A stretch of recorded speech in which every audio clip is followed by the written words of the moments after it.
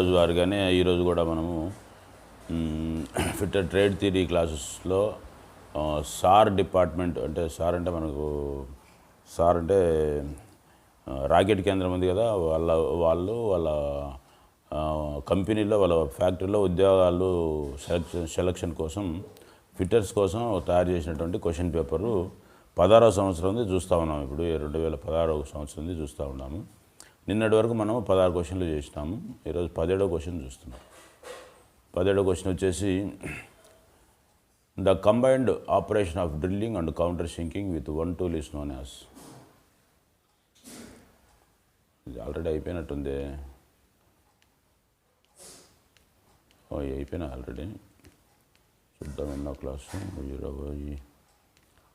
26.8 ఇది కూడా అయిపోయింది. నిన్న మనము హోల్ బేసిస్ సిస్టమ్ ఇది కూడా అయిపోయింది. Conical point of lathe centre ఇది కూడా అయిపోయింది. Which is the lathe centre generally used for taper turning. ఈరోజు 37వ క్వశ్చన్ కానీ చూద్దాం. 36 క్వశ్చన్లు అయిపోయినాయి. 37వ క్వశ్చన్ చూస్తాం. Which is the lathe centre generally used for taper turning. Taper turning చేయడానికి ఏ సెంటర్ను ఎక్కువగా లేత్ మిషన్లో ఉపయోగిస్తారు అంటున్నాడు. డెడ్ సెంటరా, ఆఫ్ సెంటరా, బాల్ సెంటరా, సెల్ఫ్ డ్రైవింగ్ సెంటరా. అంటే ఇక్కడ మామూలుగా కంటిన్యూగా ఎక్కువ ప్రొడక్షన్ ఉన్నప్పుడు సెల్ఫ్ డ్రైవింగ్ సెంటర్స్ వాడతారు. బాల్ సెంటర్ ఉన్నప్పుడు బాల్ పాయింట్ని ఇక్కడ టేపర్ టర్నింగ్కి ఉపయోగించుకోవడానికి వీలుగా ఉంటుంది. ఆఫ్ సెంటర్ వచ్చేసి మనం చిన్న చిన్న డయామీటర్లు చేసుకోవడానికి, అంటే సెంటర్కి దగ్గరగా ఉన్నటువంటి ప్రాంతంలో చిన్న సర్కిల్స్ చేసుకోవడానికి ఆఫ్ సెంటర్ని ఉపయోగిస్తారు. డెడ్ సెంటర్ వచ్చేసి జనరల్గా అన్నిటికీ ఉపయోగపడేటువంటి సెంటరు. అయితే ఇక్కడ మనకు అడిగిన క్వశ్చన్ ఏంటి? టేపర్ టర్నింగ్ అన్నాడు. జనరల్గా టేపర్ టర్నింగ్ చేసేటప్పుడు టైల్ స్టాక్లో సెంటర్ను పెడతాం కాబట్టి ఆ సెంటర్ వచ్చేసి మనకు బాల్ సెంటర్ లాగా ఉంటుంది. కానీ ఆ బాల్లో కూర్చున్నప్పుడు సెంటరు అది అన్ని వైపులకు కొద్దిగా టర్న్ అడ్జస్ట్ కావడానికి ఈజీగా ఉంటుంది కాబట్టి ఎక్కువ ball సెంటర్లని general పర్పస్గా taper టర్నింగ్లలో ఉపయోగిస్తారనమాట.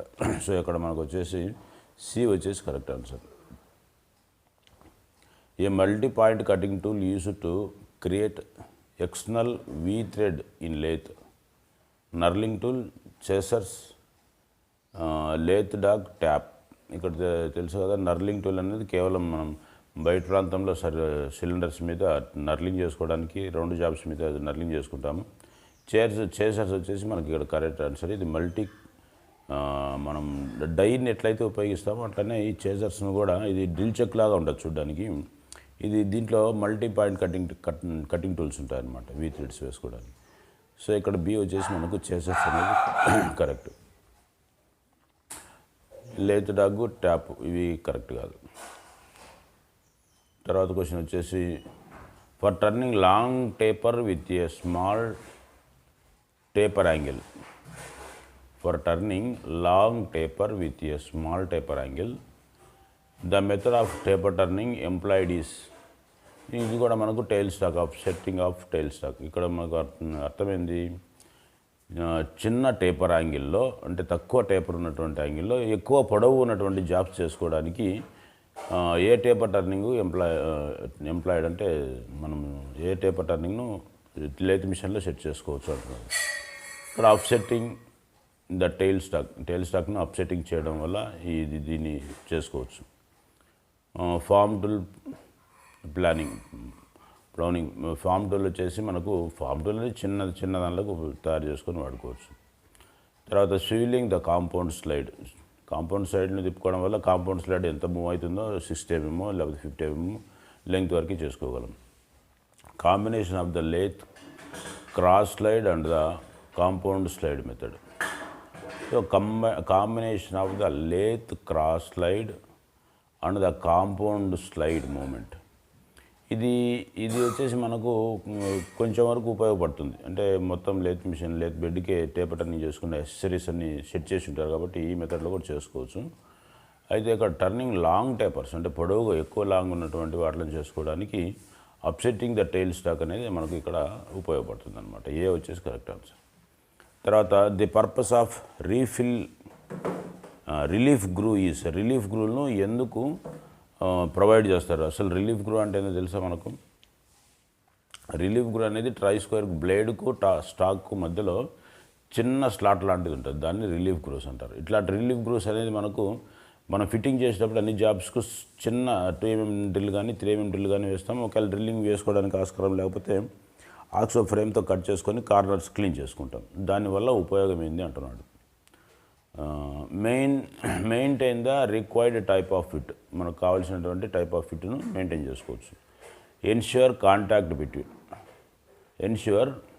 Contact between surface without any abstraction, ఇది మనకు కరెక్ట్ ఆన్సర్ రెండవది బి. సి వచ్చేసి మేక్ ఫర్ లూబ్రికేషన్, ఇది కాదు. Adjust the component for play, ఇది కూడా కాదు. సో ఇక్కడ మనకు బి వచ్చేసి correct answer. Ensure contact between surfaces without any abstraction, అంటే ఎలాంటి ఇబ్బంది లేకుండా మనం ఫిట్టింగ్ చేసేటప్పుడు కరెక్ట్గా ఫిట్టింగ్ చేసుకోవడానికి ఈ గ్రూస్ అనేటివి, రిలీఫ్ గ్రూస్ అనేవి ఉపయోగపడతాయి అన్నమాట. తర్వాత 41 వచ్చేసి the instrument used for quick checking of sheet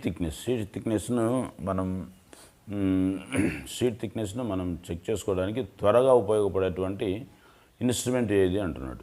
ఫీలర్ గేజా, ఫిల్లెట్ గేజా, డ్రిల్ గేజా, స్టాండర్డ్ వైర్ గేజా. ఇక్కడ మనము ఆల్రెడీ ఫీలర్ గేజ్ అంటే మనకు తెలుసు, రెండు జాబ్స్ యొక్క మధ్యలో ఉన్నటువంటి గ్యాప్ చెక్ చేసుకోవడానికి.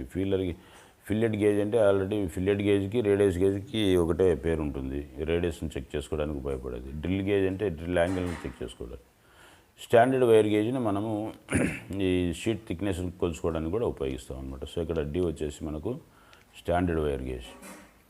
42 వచ్చేసి cast iron is normally turned, అంటే క్యాస్ట్ ఐరన్ టర్నింగ్ చేసేటప్పుడు జనరల్గా ఏం చేస్తాం? By applying soluble oil as a coolant, అంటే క్యాస్ట్ ఐరన్ మనం టర్నింగ్ చేసేటప్పుడు కూలెంట్ లాగా సాల్యుబుల్ ఆయిల్ ఏమైనా ఉపయోగిస్తామా? Without any coolant, any dry air without any coolant, ఇది ఆల్రెడీ పోయిన క్వశ్చన్ పేపర్లో కూడా వచ్చింది. డ్రై ఎయిర్నే ఎక్కువ ఉపయోగిస్తాము, dry air without any coolant అనేది ఇక్కడ ఎయిర్ అని రాయలేదు, డ్రై అని రాసినాడు జస్ట్. సో ఇక్కడ dry air without any coolant, ఇది కరెక్ట్ ఆన్సర్ బి. సరే 3C వచ్చేసి by applying starting cutting oil straight cutting oil is a coolant, ఇది కూడా కరెక్ట్ కాదు. స్ట్రైట్ కూలెంట్ ఆయిల్ అనేది కూడా కరెక్ట్ కాదు. తర్వాత by applying water as a coolant, ఇది కూడా కాదు. సో మనకు ఎయిర్ అనేది క్యాస్టర్లో ఎక్కువ ఉపయోగిస్తాం. తర్వాత ఇది జనరల్గా ప్రతిసారి వచ్చే question. The point angle is in a general purpose drill bit is, general purpose drill బిట్కు పాయింట్ యాంగిల్ ఎంత ఉంటుంది అంటున్నాడు. జనరల్గా మనకందరికీ తెలిసేది 118 డిగ్రీలు ఉంటుంది అనమాట. ఇక్కడ పాయింట్ యాంగిల్ గుర్తుపెట్టుకోవాలి. పాయింట్ యాంగిల్ అనేది మనకు 118, అంటే వేరే యాంగిల్స్ ఏమి అడగలే, ఒకటి పాయింట్ యాంగిల్ అడిగినాడు కాబట్టి 118 అని చెప్తాం, ఎందుకంటే ఇది ఇంక్లూడెడ్ యాంగిల్. అదే సింగిల్ యాంగిల్ అంటే కానీ 59 అని చెప్పుకోవాలి. మళ్ళీ హెలెక్స్ యాంగిల్స్ చాలా ఉన్నాయి, వాటిల్లో చూసుకోవాలి అది. సో ఇక్కడ మనకు 43వ దానికి బి 118 కరెక్ట్. తర్వాత name the ore which is not used for making iron, ఇది కూడా ఇంతకుముందు వచ్చిన question. Name the ore which is not used for making ఐరన్ను తయారు చేసుకోవడానికి ఉపయోగపడని ఖనిజం ఏమైనా ఉందా దీంట్లో అంటున్నాడు. Bauxite, limonite, hematite, magnetite. So bauxite అనేది అల్యూమినియం యొక్క ఓర్ అనమాట ఇది. సో ఇది ఐరన్ తయారు చేసుకోవడానికి పనికిరాదు. సో ఇక్కడ ఏ వచ్చేసి మనకు కరెక్ట్ ఆన్సర్. బి వచ్చేసి లెమోనైట్, హెమటైట్, మ్యాగ్నెట్, ఈ 3 దానిలతో చేసుకోవచ్చు. కాకపోతే బాక్సైట్ అనేది అల్యూమినియం యొక్క ఓర్, కాబట్టి అది ఏ కరెక్ట్. 45 వచ్చేసి the thread used in a carpenter's vice, ఇది ఆల్రెడీ మనం ఇంతకుముందు కూడా చూసినాం ఇది ఈ question. The thread used in a carpenter's vice is square thread ఉంటుందా, షార్ట్ టూత్ థ్రెడ్ ఉంటుందా, ట్రెపెజోయిడల్ థ్రెడ్ ఉంటుందా, వి థ్రెడ్ ఉంటుందా? సో ఇక్కడ మనకు ఈ కరెక్ట్గా తెలిసి ఉండాలి, ఎందుకంటే థ్రెడ్స్ అనేవి చాలా రకాలు ఉన్నాయి. వి థ్రెడ్స్ ఉన్నాయి, స్క్వేర్ థ్రెడ్స్ ఉన్నాయి, ట్రెపెజోయిడల్ థ్రెడ్స్ ఉన్నాయి, షార్ట్ టూత్ థ్రెడ్స్ ఉన్నాయి, ఇట్లా రకరకాల థ్రెడ్స్ ఉన్నాయి అన్నమాట. ఈ థ్రెడ్స్ అన్నిటిని కూడా ఏ విధంగా మనం ఉపయోగించుకోవాలనేది తెలిసి ఉండాలి. సో మనకి ఇక్కడ 45 దానికి వచ్చేసి సా టూత్ థ్రెడ్. ఎందుకంటే కార్పెంటర్స్ ఏం చేస్తారంటే పొడవు చెక్క పెట్టేసి టక్కని వయసును ముందుకు తోసేసి టక్కని అన్నీ బిగించేసి ఒక రాడ్ పెట్టేస్తారు. రాడ్ పెట్టేసి దాన్ని బిగించేస్తారనమాట. అక్కడ అది సెట్ అయిపోతుంది. సో ఆ విధంగా అటు సా టూత్ థ్రెడ్ అనేది ఉపయోగపడుతుంది అనమాట. సో ఇక్కడ బి మనకు కరెక్ట్ ఆన్సర్. 46 వచ్చేసి irregular shapes for eccentric turning can be held in a. అంటే మనము లేత్లో డ్రిల్ చెక్స్ను ఉపయోగిస్తాం ఇది జాబును పట్టుకోవడానికి. ఒకవేళ జాబ్ ఇర్రెగ్యులర్ షేప్ ఉందనుకోండి, దాన్ని ఏ చెక్కులో బిగిస్తాము. ఏ వచ్చేసి 4 జార్ చెక్కు, బి వచ్చేసి 3 జార్ చెక్కు, సి వచ్చేసి డెడ్ సెంటర్, డి వచ్చేసి స్టడీ రేస్. సో ఇక్కడ ఏ వచ్చేసి correct answer 4 jaw chuck. So ఇక్కడ 4 జార్ చెక్ అనేది మనకు ఏ కరెక్ట్ ఆన్సర్. తర్వాత 47 వచ్చేసి ability of A metal to with stand shock and impact, brittleness, hardness, toughness, ductility. So ఇక్కడ బి వచ్చేసి మనకు టఫ్నెస్ అనేది కరెక్ట్ ఆన్సర్ అనమాట. అంటే బయట నుంచి మనము ఎన్నిసార్లు ఎంత పెద్ద స్ట్రోక్స్ ఇచ్చినా లేకపోతే పెద్ద పెద్ద లోడ్ల మీద పడినా కూడా ఆ జాబ్ ఎలాంటి ఇబ్బంది పడకుండా, ఎలాంటి ఇరిగిపోవడం అట్లాంటి చేయకుండా గట్టిగా ఉండడానికి ఏ ఎబిలిటీ ఉండాలా మెటీరియల్కు అంటున్నది. సో ఇది ఇక్కడ టఫ్నెస్ అనేది కరెక్ట్ ఆన్సర్. తర్వాత 48వ ఇది కూడా ఆల్రెడీ పోయిన క్వశ్చన్ పేపర్లో వచ్చింది. If the whole size is 20 plus 000 ఇచ్చినాడు, ఇక్కడ ప్లస్ 0.021 ఇచ్చినాడు. And the shaft size is 20 minus 0.007 ఇచ్చినాడు. అట్లనే మైనస్ 0.002 ఇచ్చినాడు. ద మ్యాక్సిమం క్లియరెన్స్ ఈస్ అంటే మ్యాక్సిమం ఎంత క్లియరెన్స్ దీనికి ప్రొవైడ్ చేసినాడు అనేది. అంటే ఇక్కడ హోల్ సైజ్ వచ్చేసి మనకు ప్లస్ 0.02 ఉంది. ఇక్కడ షాఫ్ట్ సైజ్ వచ్చేసి మనకు 20 మైనస్ 007 ఉంది, 02 ఉంది. సో 0.02 ఉంది. సో ఇక్కడ 0.02 తర్వాత ఇక్కడ మనకు 0.021 ఈ రెండు కలుపుకుంటే మనకు మ్యాక్సిమం క్లియరెన్స్ అనేది ఎంత అనేది తెలుస్తుంది. సో 021 02 అప్పుడు 41 అవుతుంది. సో ఇక్కడ మనకు 0.041 అనేది మ్యాక్సిమం క్లియరెన్స్. అంటే మనము ఇక్కడ 20కి మైనస్ ఎంతవరకు చేసుకోవచ్చు, 0.02 వరకు చేసుకోవచ్చు ఏది షాఫ్ట్ మీద. అట్లనే మనము హోల్ మీద మ్యాక్సిమం ఎంతవరకు దాన్ని ఫినిష్ చేసుకోవచ్చు అంటే 20కి ప్లస్ 0.02 వరకు చేసుకోవచ్చు. అంటే టోటల్గా షాఫ్ట్కు ఎంతవరకు మైనస్ చేయొచ్చు, హోల్కి ఎంతవరకు మ్యాక్సిమం ఫినిష్ చేసుకోవచ్చు అనేది ఈ రెండు దానిల మీద ఇక్కడ మ్యాక్సిమం క్లియరెన్స్ అనేది వస్తుంది అనమాట. సో ఇక్కడ సి వచ్చేసి 0.041 అనేది కరెక్ట్ ఆన్సర్. తర్వాత 49వ వచ్చేసి a concave face in turning is caused due to.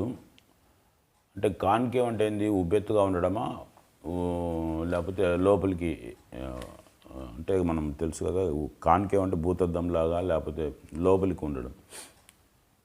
దాంట్లో ఈ కాన్కేవ్ అనేది లోపలికి ఉండడం, డిగ్ కావడం అనమాట. టూలు డిగ్ కావడం. ఎందుకు డిగ్ అవుతుంది? A concave face in turning is caused due to అంటే టర్నింగ్ చేసేటప్పుడు concave face in turning is caused due to. టర్నింగ్లో కాన్కేవ్ అనేది కరెక్ట్ కాదు అసలు.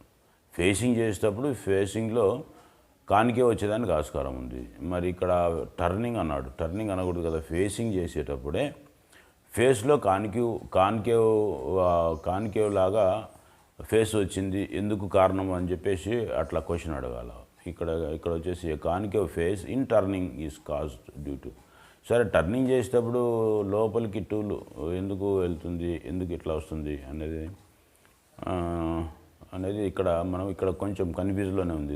ఇది మనం ఏ విధంగా అర్థం చేసుకోవాలో నాకైతే ఫేసింగ్ చేసేటప్పుడు టూల్ డిగ్ అయితే అది కాన్కేవ్ షేప్ కానీ కాన్వెక్స్ షేప్ కానీ వచ్చేదానికి ఆస్కారం ఉంది. ఒకవేళ మనం ఇది కాంపౌండ్ స్లైడ్ ఇవన్నీ కరెక్ట్గా బీచుకోకపోతే, క్యారేజ్ కరెక్ట్గా బీచుకోకపోతే ఫేసింగ్ చేసేటప్పుడు చిన్నగా కొట్టి బయటికి తోసేస్తుంది టూల్ను. అప్పుడు అది కాన్వెక్స్ ఫేస్ వస్తుంది. ఇక్కడ కాన్కేవ్ ఎందుకు వస్తుంది? టూల్ టూల్ బ్లెంట్ కావడం వల్ల అది లోపలికి బ్లెంట్ కాకపోవడం, లేకపోతే క్యారేజ్ని కానీ లేకపోతే టూల్స్ని కానీ కరెక్ట్గా బిగించుకోకపోతే అవి కూడా కట్ అయ్యేటప్పుడు లోపలికి టూల్ని లాక్కుంటాయి అన్నమాట. సో అక్కడ improper clamping of tool, blunt tool, carriage is not లాగుడు, tool is not set to centre. ఈ ఫేసింగ్ చేసేటప్పుడు టూల్ సెంటర్కి సెట్ చేయకపోతే పెప్స్ వస్తాయి. క్యారేజ్ ఈజ్ నాట్ లాక్డ్, ఇది కరెక్ట్ ఆన్సర్ అనమాట. క్యారేజ్ లాక్ చేయకపోతే చిన్నగా లాక్కుంటా పోతుంది. టూల్ బ్లెంట్ అయినప్పుడు అసలు కట్టే కాదు. ఇంప్రాపర్ క్లాంపింగ్ ఆఫ్ టూల్, ప్రాపర్గా టూల్ను క్లాంప్ చేయకపోతే టూల్ నిలబడేదానికి ఆస్కారం లేదు. కాబట్టి ఇక్కడ సి వచ్చేసి క్యారేజీని కరెక్ట్గా బిగించుకోవాలన్నమాట, లేకపోతే అది లాక్కొని పోతూ ఉంటుంది టూల్. సో అప్పుడు అట్లా లాక్కొని పోయినప్పుడు ఆటోమేటిక్గా అది కాన్కే వచ్చేదానికి ఆస్కారం ఉంటుంది. తర్వాత 50ది, for a hole designated as 28 plus or minus 0.5 the tolerance is, అంటే 28 కంటే కొలత ప్లస్ ఆర్ మైనస్, అంటే 28కు 0.5 mm ఎక్కువైనా ఉండొచ్చు, 0.5 తక్కువైనా ఉండొచ్చు. ద టాలరెన్స్ ఎంత అంటున్నాడు. ఇక్కడ మనం డౌట్ పడాల్సిన అవసరం లేదు. 28కు 0.5 అంటే 28.5 చేసుకోవచ్చు. మైనస్ అంటే 28కు 0.5 మైనస్ అంటే 27.5, అంటే దాదాపు 1 mm ఇక్కడ మనకు టాలరెన్స్ ఉందన్నమాట. సో ఇక్కడ బి వచ్చేసి కరెక్ట్ ఆన్సర్. సో ఈరోజుకు చాలు, ఆల్రెడీ 50 క్వశ్చన్లు చేసినాము. నెక్స్ట్ క్లాస్లో మిగతా కంప్లీట్ చేసుకుందాం. Okay, thank you friends.